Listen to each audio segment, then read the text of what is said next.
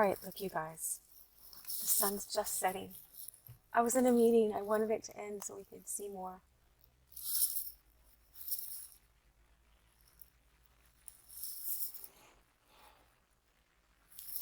I'm going to be reading Evelyn Underhill, her book on mysticism.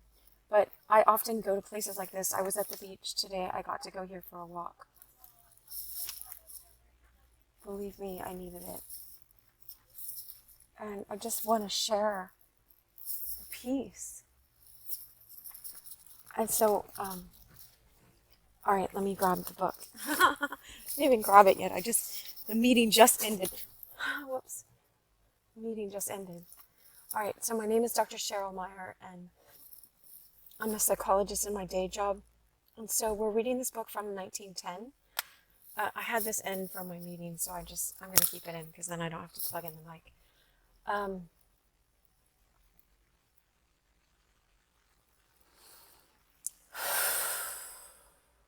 I gotta turn this around one more time. I wish I had an app that would do this. You know what I mean? So I could see what I'm looking at. Look at that ocean. All right, this is gonna be like the mystic experience we read about. Oh my gosh, the sky. I'm like, I just wish we could see it through my sunroof. I wonder, anyway, I could just walk out of the car, but, all right.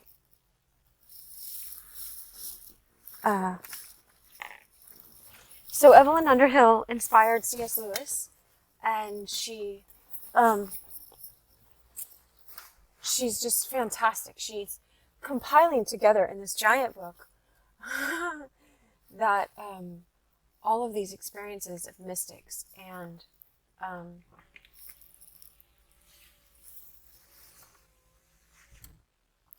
showing this. Okay, so I followed like Tony Robbins for like a year, right? And I got an intervention by him too. And so he always has all these inspirational, motivational quotes. He's more than just a motivation. He seems to think of himself as like a strategist, and he is. I got an intervention by him. It was 2-hour long intervention. People pay $1 million for that, let me tell you. And I hope to God that it helps me in every one of my videos, because it did cost a lot of money, not anything close to that. But it was also just divine intervention that I got picked on, because as a psychologist, there's just a lot of things I work on myself, and I've gone to lots of my own therapy. But there are just some things that some therapists couldn't get me to, and he did. And so, but I wasn't going to go into that. Look at this. What I was going to say is that, he says about entrepreneurs and stuff is success leaves clues. And so I was just reflecting on that, and how Evelyn Underhill, she is a mystic, and she's talking about all these different religions. Mostly she'll talk about Christianity, but she's going over Sufism and all sorts of different Buddhism, all these different religious paths. And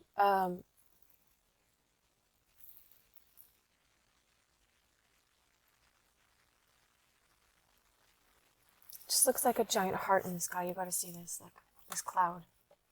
Can you see it? Let's see if it's...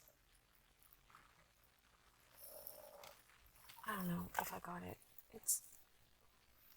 If the sun's still right there, then it's right above the sun. Oh well. There it is. It's on the right side of the screen now. Like right almost above that lady's head. Now she's gone. All right. Okay, so let's get into the book.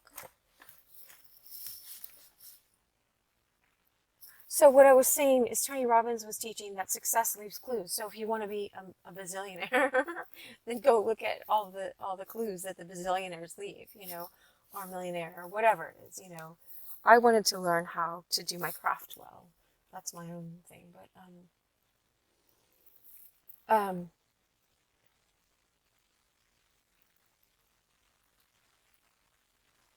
and whatever else, who knows? I was called there for my own weird mystic reason. Maybe it was just for that intervention. Maybe it was for the people that I met. Maybe it was for all of the above. Maybe it was for this video. I don't know. I'm not going to limit it. But it is true that success leaves clues. And so you want to, like, if you want to be a good chef, you can look at how others became a good chef. And now your path might not look just the same as theirs. But, you know, if good actors went to Juilliard, you know, then Juilliard knew something about the craft of acting and how to produce good actors, you know. And so it doesn't mean you for sure will be if you go to Juilliard, but you may do, you know. And so, and you'll see some of the traits that a bunch of, I think Christopher Reeves, the guy that played Superman, went to Juilliard. You'll see some of the traits that are in different people that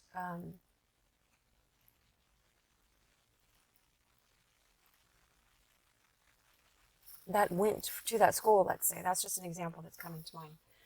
And so I don't always know why these things are coming to mind before we're setting up for this book, but anyway, nevertheless, let's do it.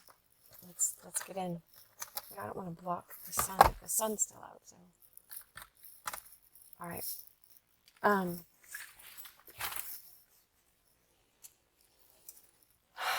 Okay, we are in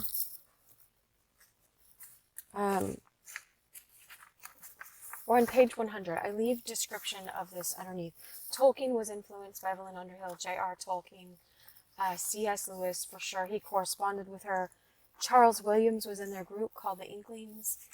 And this is chapter 6, and it's on mysticism and symbolism. I have a whole playlist, but you can just start here. It's fine. Like, it all builds on this is where we are, on itself. And every time I learned something new, and I don't feel like I had to know the past videos where to get to where she's talking about now. You probably had enough mystic experiences in your life to know. If there weren't people that could be recognizable, I would just turn this around. Anyway. So last time I was reading this poem in the book, right? And so I'm gonna read it because I interrupted it. I didn't know it was on the next page too. So I'll start there. Oh, you have to see this. Now it looks like there's a halo around the heart. Look at this. I wish, like, let's just see. I want to like read this poem with this. Oh, you can't, oh, wait, there. Sorry, it's backwards and got caught on my steering wheel. Look at this. I'll have to take a screenshot of this, right? That's what I wanted you to see. See the heart and the halo and the ocean and the sun? All right, I'm sure my kids are like, Mom, we've seen a sunset. But it's just so beautiful. I wish I could have arranged for this to be out there and the book at the same time. I was going to be down at the beach, but it's kind of loud with the ocean. Anyway, okay, so here it is. So in the beautiful poem or ritual called The Hymn of Jesus, contained in the apocryphal book Acts of John, and dating from primitive Christian times, the Logos, or eternal Christ, is thus represented as matching with his own transcendent, self-giving desire every need of the soul, who stands with him in the mystical circle of initiation. That is the coolest sentence ever. So in the beautiful poem, I have to turn this around. Okay, just don't look at people's faces, okay, guys? I'm just going to read this poem while this is here. I hope you can see this. I'm going to have to hold it. It's just too gorgeous.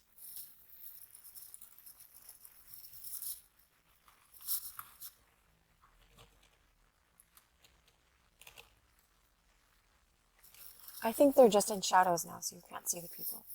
Okay, and so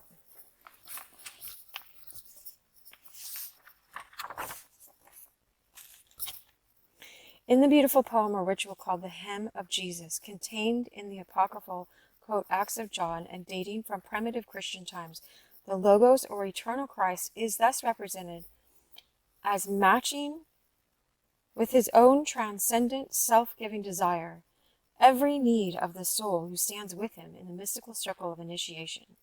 The soul says, I would be saved. Christ replies, and I would save. Amen. The dialogue continues. I would be loosed. I would loose. Amen. I would be pierced, and I would pierce. Amen. I would be born, and I would bear. Amen. I would eat. I would be eaten. Amen. I would hear, and I would be heard. Amen.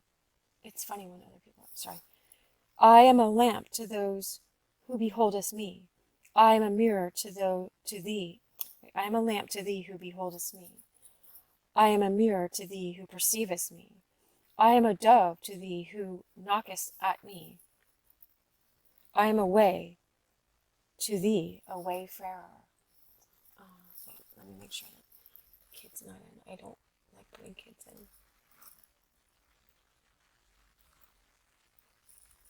Oh, well, it's just their shadows now. Okay. Isn't that gorgeous, you guys? I didn't know this was going to happen for us. I told you it was going to be a mystic experience. Look at that. Sorry about the wobbly. I'm holding my phone. The same fundamental idea of the mutual quest of the soul and the absolute is expressed in terms of another symbolism by the great Mohammedan mystic. Okay, so she's saying how this great, look at that. I hope you're seeing that.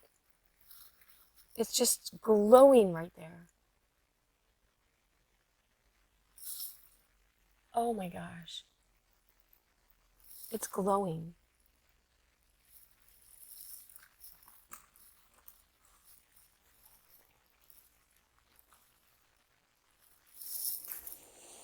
So now she's quoting from a Mohammedan mystic.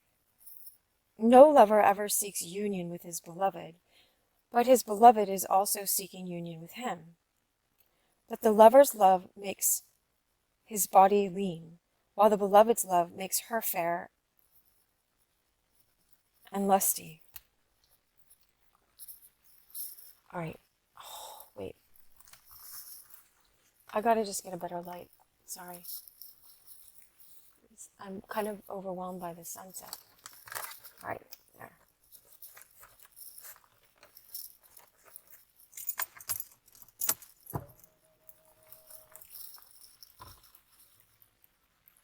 Hold on.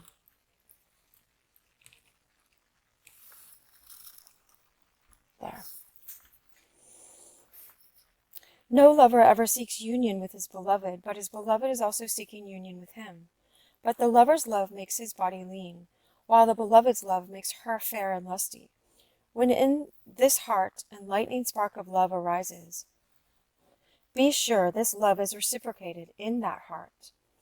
When the love of God arises in thy heart, without doubt God also feels love for thee. Aww. That's like what this is for us, you guys. This sunset, it's like it appeared for us. The mystic vision, then, is of a spiritual universe held tight within the bonds of love, and of the free and restless human soul having within it the spark of divine desire, the tendency to the absolute, only finding satisfaction and true life when united with this life of God.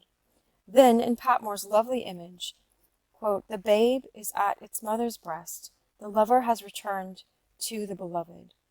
Whatever their outward sense, the mystic symbols, one and all, express aspects of this, quote, secret of the world, this primal verity, truth, this primal truth. Hold on, I have a notification so I couldn't see what you're seeing. I'm going to just leave it on that for now.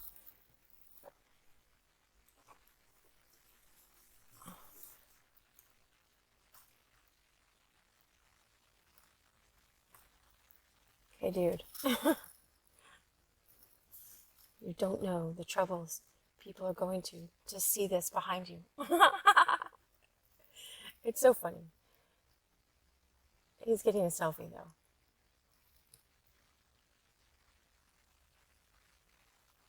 Okay.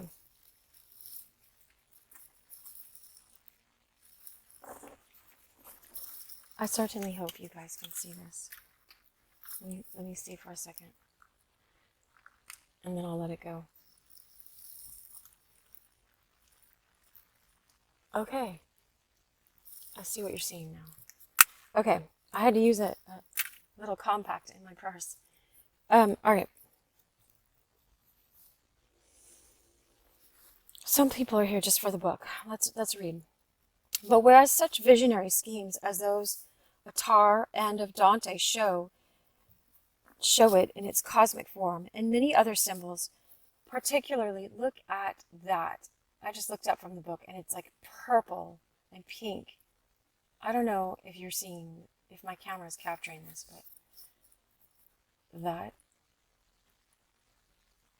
This is a one-of-a-kind sunset, let me tell you. Wow.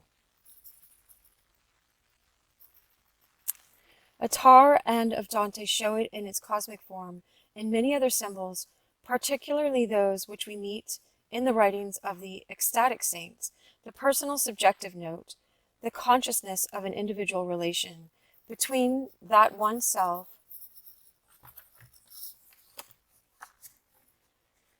and the supernal self overpowers all such general applications. Then philosophy and formal allegory must step aside. The sacramental language of exalted emotion, of profoundly felt experience, takes its place. The phases of mutual love, of wooing and combat, awe and delight, the fevers of desire, the ecstasy of surrender, are drawn upon. All this lovely dalliance of private conference, in Hilton's words, is made to contribute something to the description of the great and secret drama of the soul. Look at that. It's like it's showing itself in the sky tonight. Who knew? I'll just tell you it's December here. But, I try to make these timeless, so it can be any month. But, anyway, I'm in Southern California. To such symbolic transcripts of intimate experience belongs one amazing episode of the spiritual life history, which, because it has been given immortal expression by the greatest mystical poet of modern times, is familiar to thousands of readers who know little or nothing of the more normal adventures incidental to man's attainment of the absolute. Oh, to thousands of readers. I hope hundreds of thousands, if not 1 million readers have heard of this. She's going to talk about the Hound of Heaven. In The Hound of Heaven, Francis Thompson described with an almost terrible power not the self's quest of adored reality, but reality's quest of the unwilling self. He shows us the remorseless, tireless seeking and following of the soul by the divine life to which it will not surrender, the inexorable onward sweep of this tremendous lover hunting the separated spirit, strange, piteous, futile thing that flees him down the nights and down the days. Quote, down the nights and down the days. This idea of the love chase, of the spirit rushing in terror from the overpowering presence of God, but followed, stopped, conquered in the end, is common to all the medieval mystics. It is the obverse of their general doctrine of the necessary fusion of human life and divine life, escape from the flame of separation. It's awesome that man's standing there, Maybe he's a representative of man standing in front of God, like all of us, right? I chase thee. Here's a quote from the poem again. Oh no, this is from Mechilde of Magdeburg. It's like Matilda. Okay, I chase thee, for in this was my pleasure, says the voice of love to Mechilde of Magdeburg. I captured thee, for this was my desire. I bound thee, and I rejoice in thy bonds. I have wounded thee, that thou mayest be united to me. If I gave thee blows, It was that I might be possessed of thee. So in the beautiful Middle English poem of Quia Amore Linguio, so she's also saying in this too, this is someone else. The whole book of Matilda Magdeburg is Matilda Magdeburg is like that. It's God just saying how much he loves her, and she's saying how much she loves God. It's really beautiful. I'm on my 3rd reading of it. She says to read it 9 times in order to get it. Either 9 or 7. Anyway, I think it's 9. Okay. So here's this other poem. I am true love. That false was never. My sister, many soul, I loved her thus, because we would in no wise dissever. I left my kingdom glorious. I purveyed for her a palace precious. She flieth, I follow. I sought her so. I suffered this pain piteous. Que amor languio. Sorry, that was written in Old English, so I can't really read what she's saying, but I did my best. I'll put it.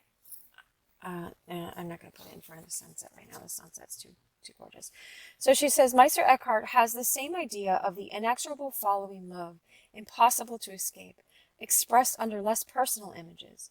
Quote, Earth, he says, cannot escape the sky.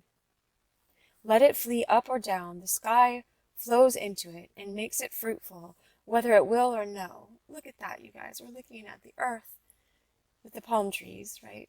And there's an island back there that the sun is behind. And the ocean and the sky, just like this book is talking about right now. I didn't know she was going to talk about that today. And I love Meister Eckhart, right? So she says, Meister Eckhart has the same idea of the inexorable following love, impossible to escape, expressed under less personal images. Quote, Earth, he says, cannot escape the sky. Let it flee up or down. The sky flows into it and makes it fruitful, whether it will or no. So God does to man. He who will escape him only runs to his bosom, for all corners are open to him.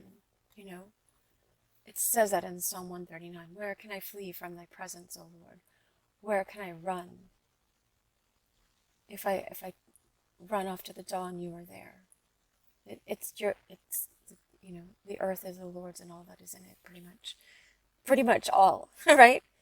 Okay, so she goes on. All mystics have very strongly this sense of a mysterious spiritual life, a reality with a capital R, without seeking man and compelling him to its will. Spiritual life, a reality without comma, right? Seeking man and compelling him to its will. It is not for him, they think, to say that he will or will not aspire to the transcendental world. Hence, sometimes this inversion of man's long quest for God. The self resists the pull of spiritual gravitation, flees from the touch of eternity, and the eternal seeks it, tracks it ruthlessly down. You know, like she was just talking about in The Hound of Heaven. The Hound of Heaven, Francis Thompson was an opium addict, and he was talking about how these strange feet that followed after. Fear was not to evade, as love was to pursue. I'm just remembering it. It's just so beautiful. It's like the fear that you have won't evade that love, that overpowering love that's stronger than our fears and stronger than the drugs or whatever we run off to, you know? We're so blessed and lucky and just fortunate by providence, by God's grace and mercy, if this love touches our hearts, you know, and our hearts were warmed enough to feel that touch. Anyway, the following love, the mystics say, is a fact of experience, not a poetic idea. Quote, those strong feet that follow after. She's quoting that poem again. Once set upon the chase, are bound to win. Man, once conscious of reality, cannot evade it. For a time, his separated spirit, his disordered loves, may willfully frustrate the scheme of things. But he must be conquered in the end. Then the mystic process unfolds itself inexorably. Love triumphs. The, quote, purpose of the worlds fulfills itself. in the individual life.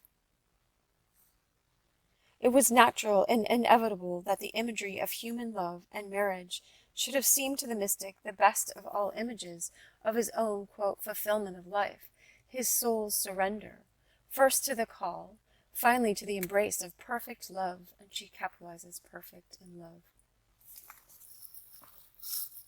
I just hope that this is in it.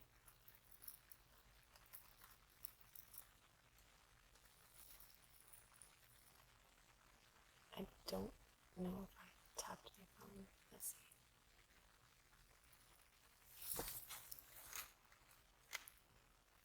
It lay ready to his hand. It was understood of all men, and moreover, it most certainly does offer, upon lower levels, a strangely exact parallel to the sequence of states in which man's spiritual consciousness unfolds itself, and which form the consummation of the mystic life. All right. It has been said that the constant use of such imagery by Christian mystics of the medieval period is traceable to the popularity of Song of Solomon, in the Bible, in the Old Testament. Excuse me. I think that the truth lies rather in the opposite statement, namely that the mystic loved the Song of Solomon because he there saw reflected, as in a mirror, the most secret experiences of his soul, the sense of a desire that was insatiable, of a personal fellowship so real, inward, and intense, that it could only be compared with the closest link of human love, of an intercourse that was no more spiritual self-indulgence, but was rooted in the primal duties and necessities of life, more those deepest, most intimate secrets of communion, those self-giving ecstasies which all mystics know, but of which we, who are not mystics, may not speak. All these he found symbolized and suggested, their unendurable glories veiled in a merciful mist in the poetry which man has invented to honor that august passion in which the merely human draws nearest to the divine. Nice. The great saints who adopted and elaborated this symbolism, applying it to their pure and ardent passion for the absolute, were destitute of the prurient imagination which their modern commentators too often possess. So they didn't, look, no one's here anymore. They didn't have, all of these. They were just in innocence back then, but people just put our culture now on the writers of back then, unfortunately, but it's not true. When it's blessed are the pure in heart, for they shall see God, It's deep in you.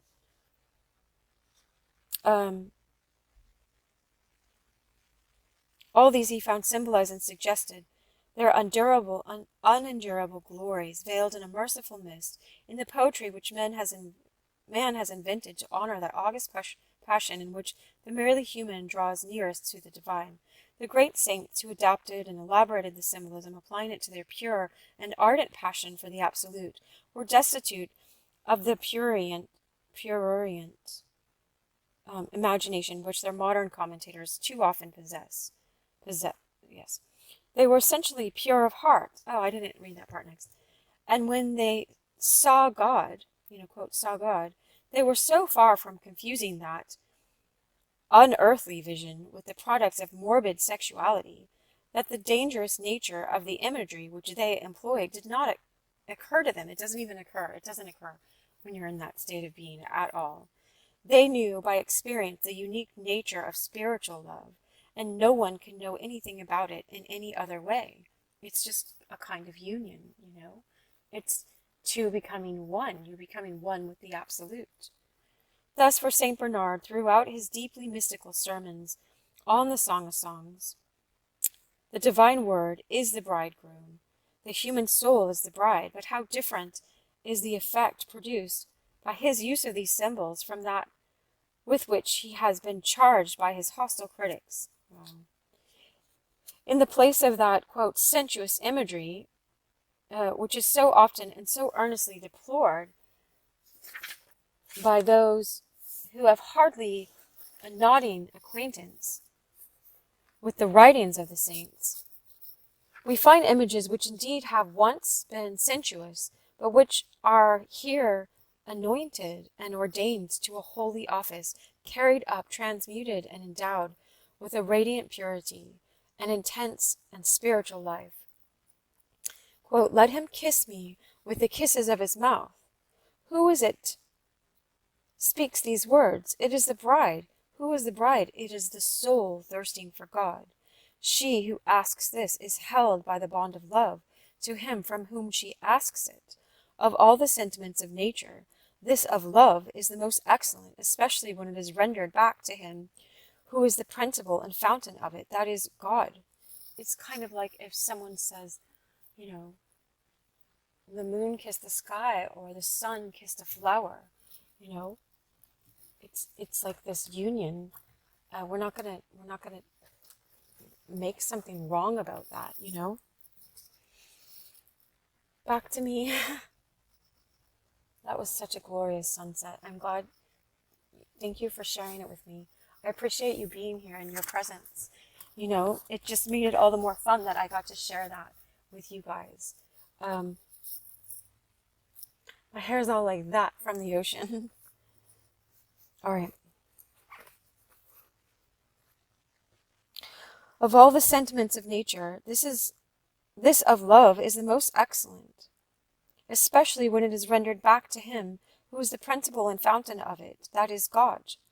Nor are there found any expressions equally sweet to signify the mutual affection between the word of God and the soul, as those of bridegroom and of bride, inasmuch as between individuals who stand in such relation to each other, all things are in common, and they possess nothing separate or divided. Oh, that's wonderful.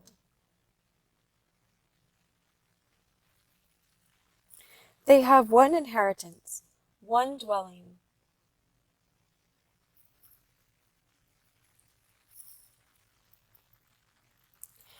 They have one inheritance, one dwelling place, one table. They are in fact one flesh. This is what I was getting at. I did a whole hour-long teaching. It can't be released until I get permission from the people that own Bob Marley's work. But it was like, we'll share the shelter of my single bed. We'll share the same room. Jah provide the bread. I did do a 1-minute reel on that because I was allowed to use that music in the reel. So hopefully we go to that instead of, I think I can sing a cover briefly. But it's just, all he's talking about is this union, this mystic union. I mean, of course he's talking about this loving relationship, and he's like, you know, we'll share the shelter, the protection of this union with God. I just see it as a fellow mystic with you, of my single bed. We'll share the same room. We're in this one room, like Jesus was born in a cave, you know, just like there's a shelter of the unity in the oneness. You know, we come as one. There's a shelter in that. And Jah, you're trusting in divine love to provide all of the inheritance, like she just said. I'll reread that sentence. Because it's the same, it's like she just said the exact lyrics of Bob Marley's song. I think it's called Is This Love? Is this love? Is this love that I'm feeling? Okay, so it says, nor are there found any expressions equally sweet to signify the mutual affection between the Word of God, the Logos, you know, God himself here, him herself, God is beyond that, and the soul, as those of bridegroom and of bride, inasmuch as between individuals who stand in such relation to each other, all things are in common, and they possess nothing separate or divided. They have one inheritance, you know, Jah provide the bread. One dwelling place, one table, and they are in fact one flesh. They came back, they're in union. Some say in ancient Torah commentaries that it says when God created man and woman, he created them as one. And when it says he took Eve out of Adam's side, it's out of his side, not just a rib, out of the side of him, like she was the other half of him. And so, you know, this kind of union, the sexual union and stuff, is like a picture of the union. And because they were made in the image and likeness of God, so God is one.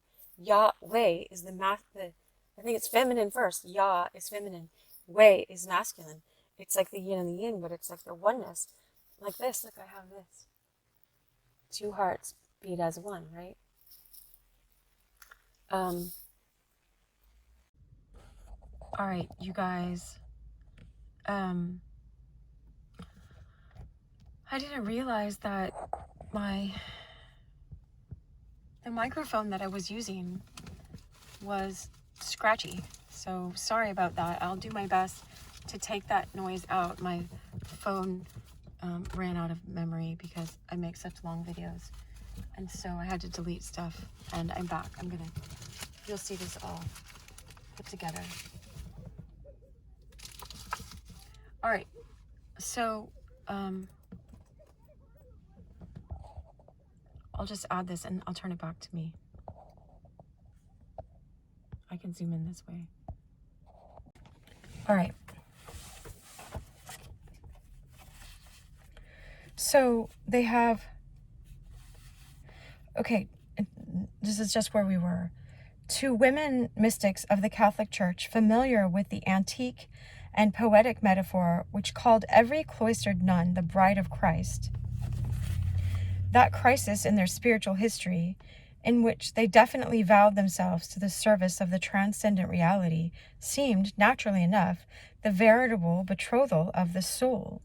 I remember even Mother Teresa would say, well, Christ is my husband and he's pretty demanding. You know.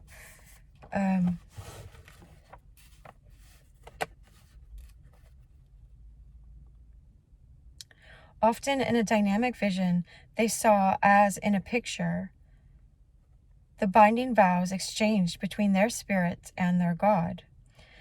That further progress on the mystic way, which brought with it a sharp and permanent consciousness of union with the divine will, the constant sustaining presence of a divine companion, became by an extension of the original simile, spiritual marriage. The elements of duty, constancy, irrevocableness, and loving obedience involved in the medieval conception of the marriage tie made it an apt image of a spiritual state in which humility, intimacy, and love were the dominant characteristics. If you read Teresa of Avila's Interior Castle, she's Spanish, she's very passionate, not that they all are, but that culture is very passionate, and it was the union. It was this union. And it's not weird. It's not strange. It's not vulgar at all. It's just a beautiful trust that God is going to reveal in an intimate way. It's just like Adam and Eve walked in the garden and talked with God. It's that kind of thing. Or Noah talked with God. If you want to understand that as poetic or real or whatever, I don't judge.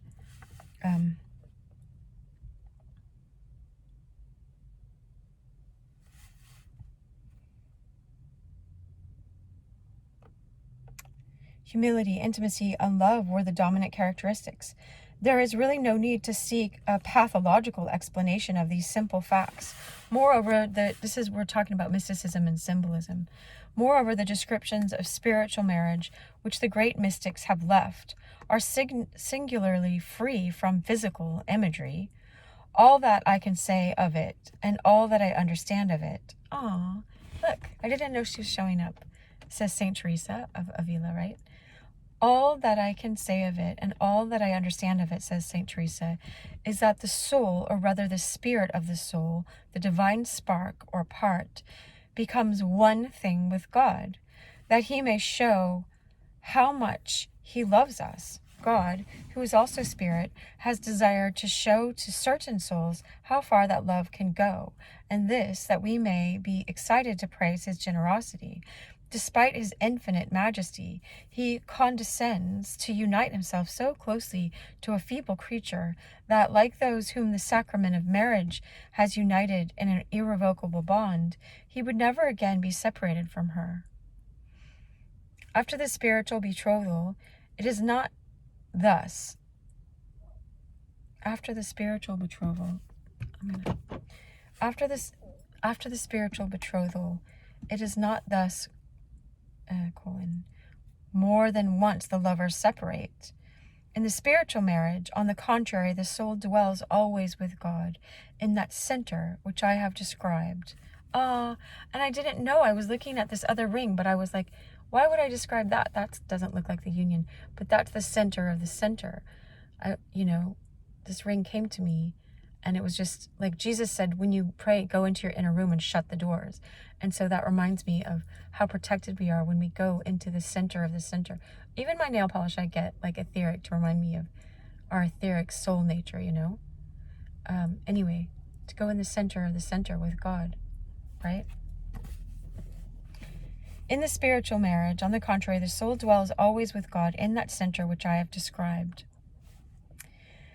The great Richard of St. Victor, in one of his most splendid mystical treatises, has given us perhaps the most daring and detailed application of the symbolism of marriage to the adventures of the spirit of man.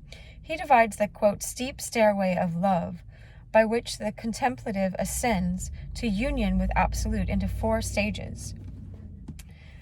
These he calls the betrothal, the marriage, the wedlock, and the fruitfulness of the soul.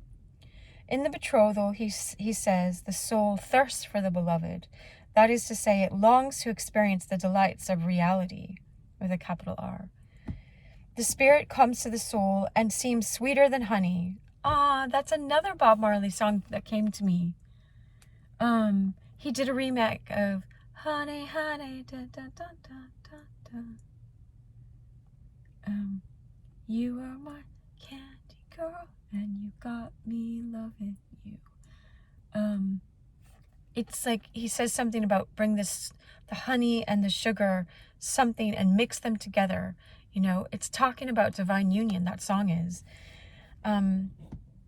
It's funny because another band, I forget if it's like Axl Rose, like who it is, but they do the pour some sugar on me. I looked it up one time because I was like, this sounds a lot like that other Mystic song that I got that Bob Marley was remixing, and it was a remake of that. Anyway, it is conversion, the awakening to mystical truth, the kindling of the passion for the absolute. Then the soul, with pertinacity, demands more, and because of her burning desire, she attains to pure contemplation, and so passes to the second degree of love. So the first was betrothal. In this, she is, quote, led in bridal by the beloved, ascending above herself in contemplation. She sees the Sun of Righteousness, quote, she sees the Sun of Righteousness. It's spelled S-U-N, but that's what Jesus is called, right? The Son, S-O-N, and the Son. She is now confirmed in the mystic life. The irrevocable marriage vows are made between her spirit and her God. Even Jesus said, the time will come where people will worship in spirit and in truth. You're worshiping in spirit and in truth. At this point, she can, quote, see the beloved, but cannot yet come into him, says Richard.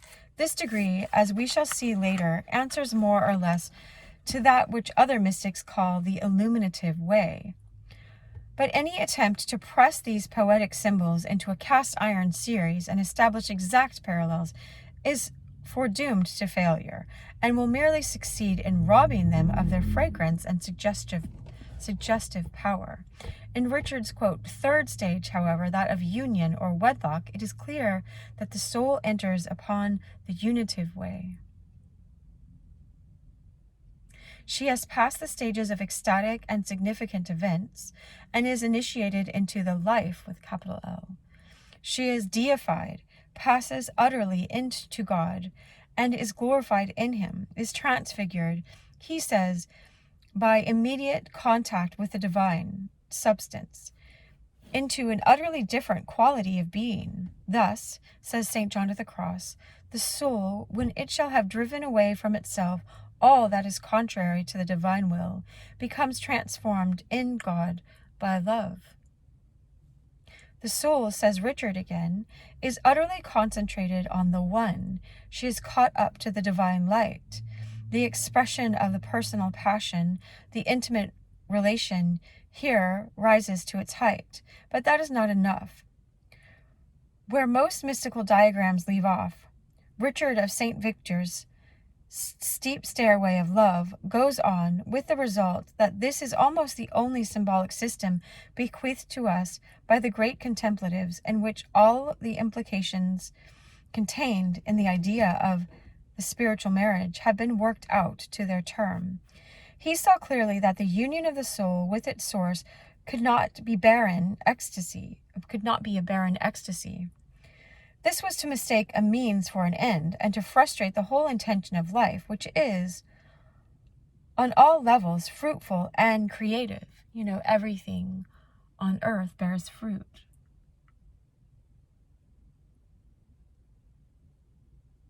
The sky is awesome now, but it would look black if I turn my camera around, because it's not the right camera. Therefore, he says that in the fourth degree, the bride who has been so greatly honored, caught up to such unspeakable delight, sinks her own will and, quote, is humiliated below herself. She accepts the pains and duties in the place of the raptures of love, and becomes a source, a parent of fresh spiritual life. The sponsa Dei, DEI, develops into the Mater Divine Gratis. Mater is mother. Divine Mother of Grace? I'm not sure. That imperative need of life to push on, to create, to spread is here seen operating in the spiritual sphere.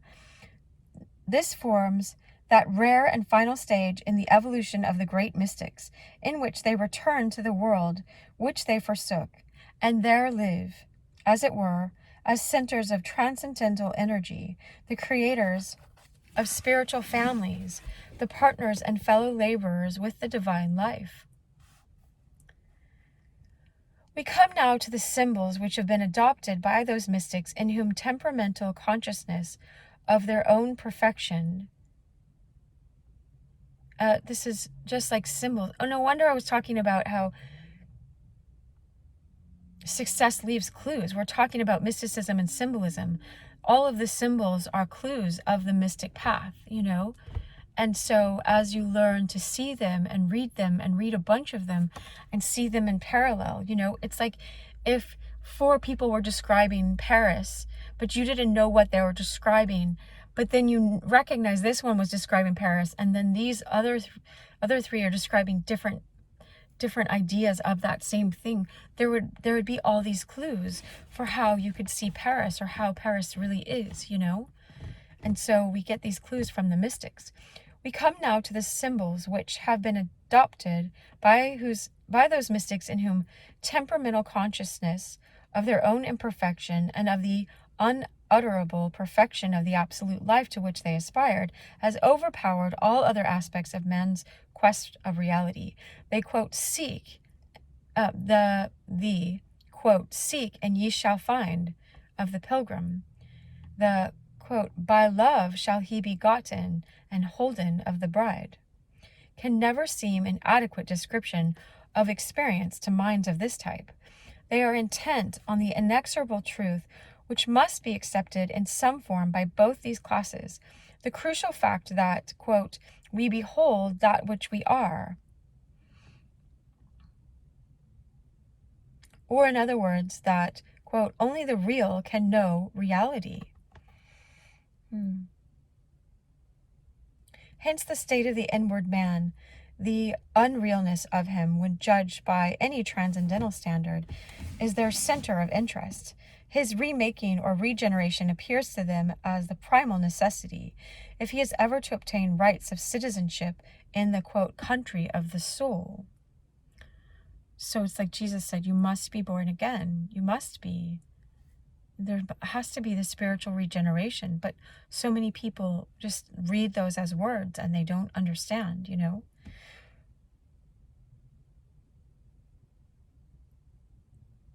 it's like everything, you know, like oranges, let's say, have the fruit of oranges within them, but those, have the seeds, but those seeds have to go in the ground to become trees, to become orange, to bear oranges, and so it's like we have in us this seed, and we were born here, but we must be born again. I've seen it in so many different ways, but maybe she'll describe it more. And so I'll just reread that last sentence. His remaking or regeneration appears to them as the primal necessity if he is ever to obtain rights of citizenship in the, quote, country of the soul. We have seen that this idea of the new birth, the remaking or transmutation of the self, clothed in many different symbols, runs through the whole of mysticism and much of theology. It is the mystic's subject. That's so funny. This guy hasn't called in like 6 months. I won't say who. Maybe longer than that, but he's calling right now, and we totally connected on this esoteric book that I was reading here, The New Man. Because anyway, I guess if he ever watches this video, he'll know that was him calling, but that's okay. I didn't say anything. I'm not going to say anything.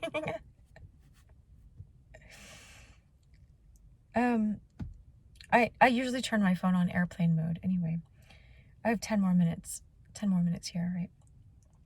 We have seen that this idea of the new birth, the remaking or transmutation of the self, clothed in many different symbols, runs through the whole of mysticism and much of theology. It is the mystic's subjective reading of those necessary psychological changes which he observes taking place within himself as his spiritual consciousness grows. Sorry, sometimes I'm just so open from reading this that I'm just like, I say anything and I need to have more of a filter.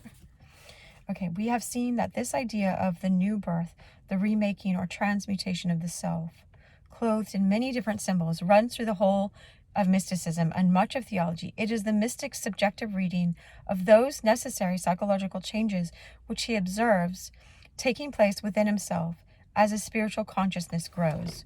She just uses he instead of he and she, because this was written in 1910, but just to represent humankind, not men only.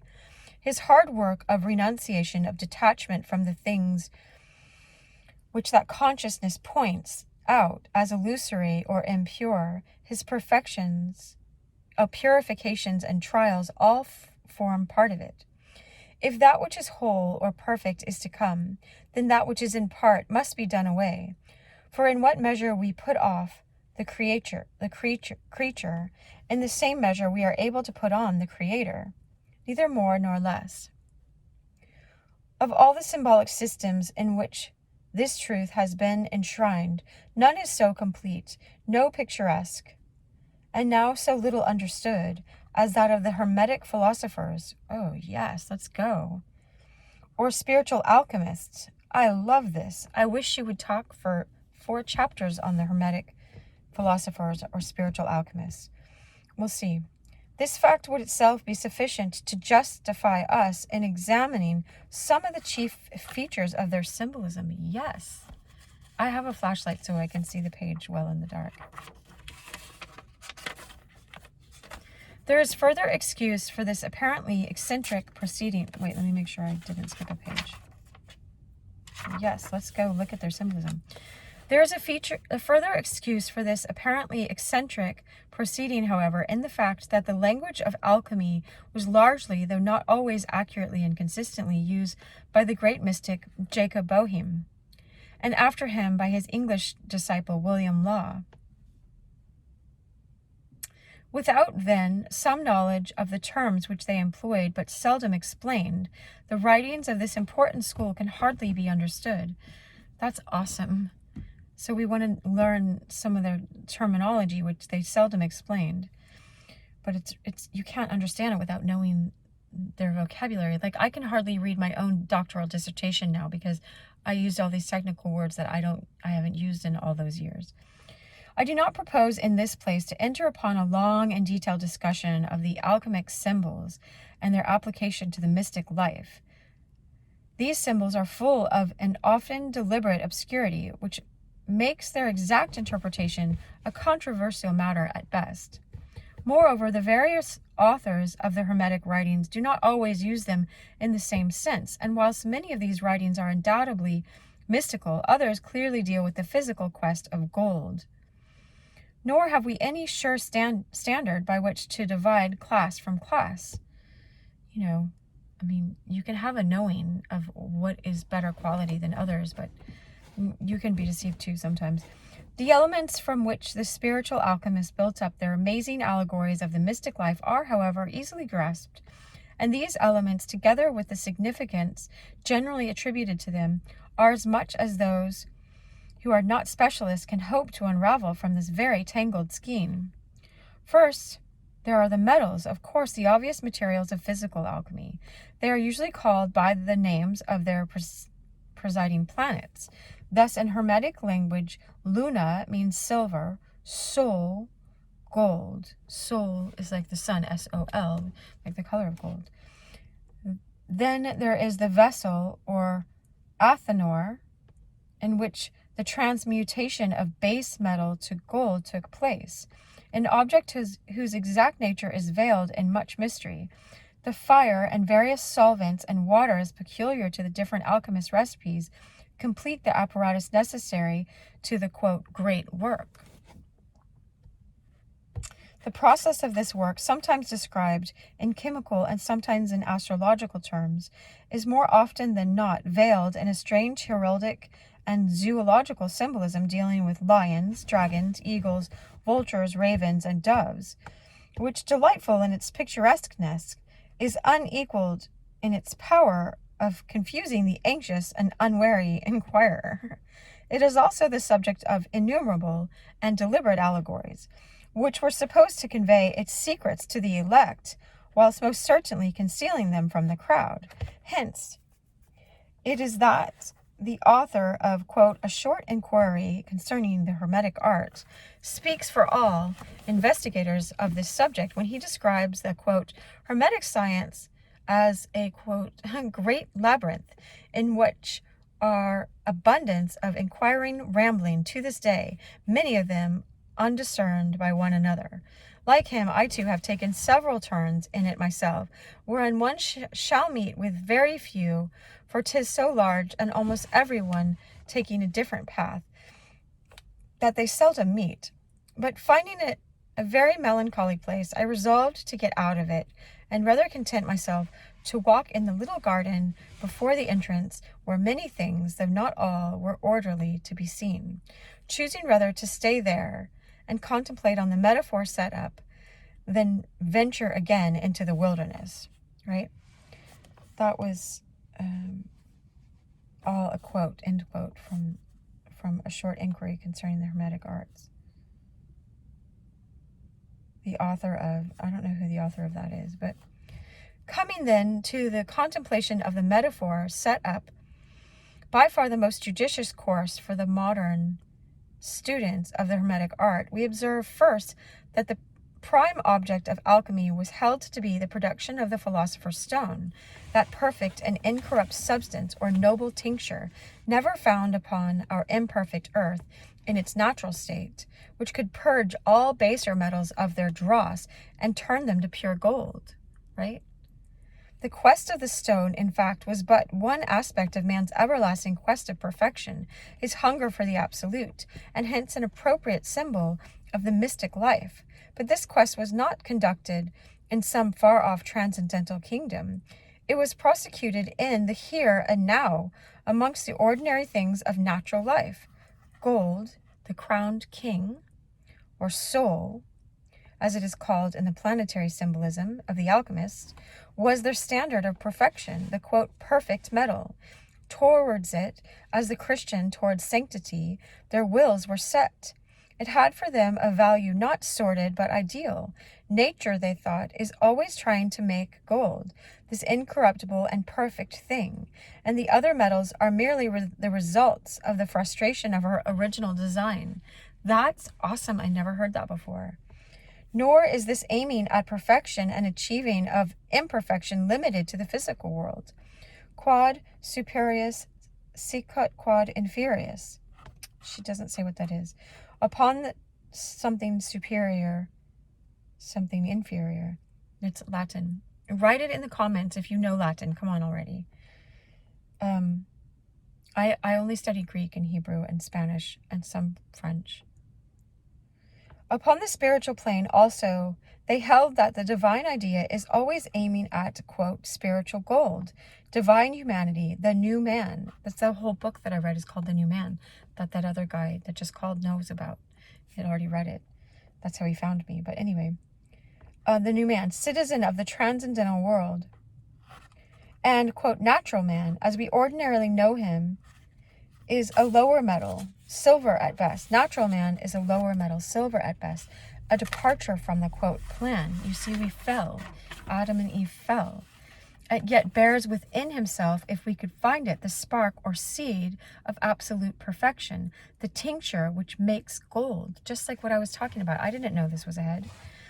The smattering I have of the philosopher's stone, says Sir Thomas Browne, which is something more than the perfect exaltation of gold, hath taught me a great deal of divinity, and instructed my belief how that immortal spirit and incorruptible substance of my soul may lie obscure and sleep, while within this house of flesh. This, quote, incorruptible substance is man's goldness, his perfect principle, for, quote, the highest mineral virtue resides in man, end quote, says Albertus Magnus, quote, and gold may be found everywhere. Hence, the prosecution of a spiritual chemistry is a proper part of the true Hermetic science. The art of the alchemist, whether spiritual or physical, consists in completing the work of perfection, bringing forth and making dominant, as it were, the latent goldness which lies obscure in metal or man. The ideal adept of alchemy was therefore an auxiliary of the eternal goodness. By his search for the, quote, noble tincture which should restore an imperfect world, he became a partner in the business of creation, assisting the cosmic plan. The proper art, I'm just going to read this paragraph. I just want to keep going on, right? The proper art of the spiritual alchemist, with whom alone we are here concerned, was the production of the spiritual and only valid tincture or philosopher's stone, the mystic seed of transcendental life, which should invade, tinge, and wholly transmute the imperfect self into spiritual gold. That this was no fancy of 17th century allegorists, but an idea familiar to many of the oldest writers upon alchemy, whose quest was truly a spiritual search into the deepest secrets of the soul, is proved by the words which bring to an end the first part of the antique, quote, golden treatise upon the making of the stone, sometimes attributed to Hermes Trismegistus.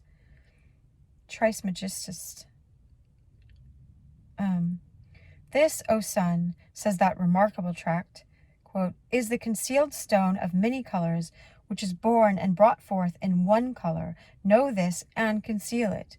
Ellipsis. It leads from darkness into light, from this desert wilderness to a secure habitation, and from poverty and straits to a free and ample fortune. I don't remember when he was Hermes Trismegistus. My brother would know for sure. My older brother would know.